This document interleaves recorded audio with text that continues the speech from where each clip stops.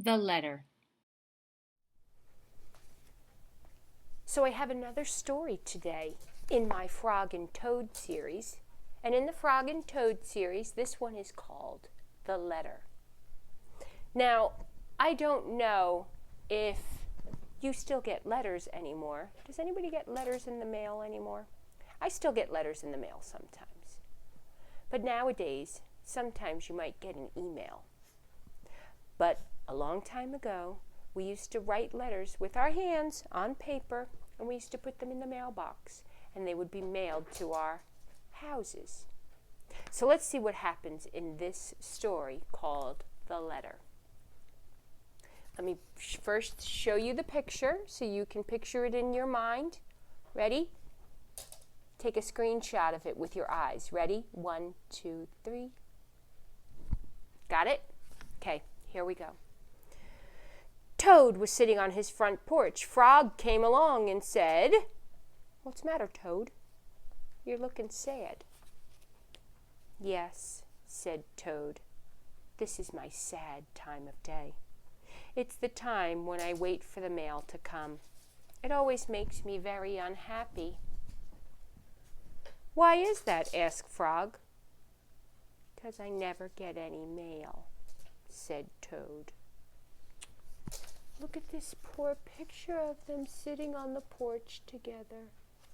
That makes Toad sad. And I think when Toad is sad because Frog is his best friend, I think that makes Frog sad too. See, when you feel what your friend is feeling, that's called empathy. When you have empathy, you can feel how your friend is feeling. "Not ever?" asked Frog. "No, never," said Toad. "No one has ever sent me a letter. Every day my mailbox is empty. That is why waiting for the mail is a very sad time for me." Frog and Toad sat on the porch, feeling sad together. Excuse me. Then Frog said, "I have to go home now, Toad. There's something I must do." And Frog hurried home. He found a pencil and a piece of paper, and he wrote on the paper. Here's Frog sitting at his desk.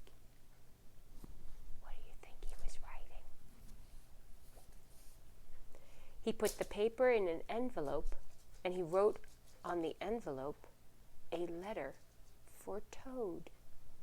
Frog ran out of his house. He saw a snail that he knew. "Snail," said Frog, "please take this letter to Toad's house and put it in his mailbox." "Sure," said the snail, "right away."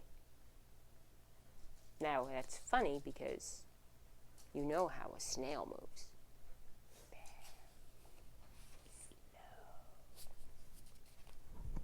Then Frog ran back to Toad's house. Toad was in bed taking a nap. "Toad," said Frog, "I think you should get up and wait for the mail some more." "No," said Toad, tired of waiting for the mail. There he is. Frog looked out of the window at Toad's mailbox. The snail wasn't there yet. "Toad," said Frog, "you never know when someone may send you a letter." "No, no," said Toad. "I do not think anyone will ever send me a letter." Frog looked out the window. The snail was not there yet. "But Toad," said Frog, "someone may send you a letter today." "Don't be silly," said Toad. "No one has ever sent me a letter before, and no one will send me a letter today." Frog looked out the window. The snail was still not there. "Frog, why do you keep looking out the window?" asked Toad. "Because I'm waiting for the mail," said Frog. "But there won't be any," said Toad.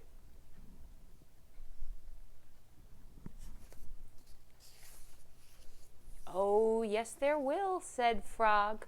because I have sent you a letter." "You have?" said Toad. "What did you write in the letter?" Frog said, "I wrote, 'Dear Toad, I'm glad that you're my best friend. Your best friend, Frog.'" "Oh," said Toad, "that makes for a very good letter." Then Frog and Toad went out to the front porch and they waited for the mail. They sat there feeling happy together. Frog and Toad waited a long time. 4 days later, the snail got to Toad's house and gave him the letter from Frog. And Toad was very pleased to have it. Here he is, getting his letter. Isn't that pretty cool? It worked out after all. You know, maybe you might want to write a letter to one of your best friends and cheer them up, because whenever you get mail from a best friend, it always makes you feel good inside. So, that's our story for today. Remember, don't forget to feed your body some healthy food, but don't forget to feed your brain some brain food. Read a book. Have a good night. Sleep tight. Don't let the bed bugs bite. Later.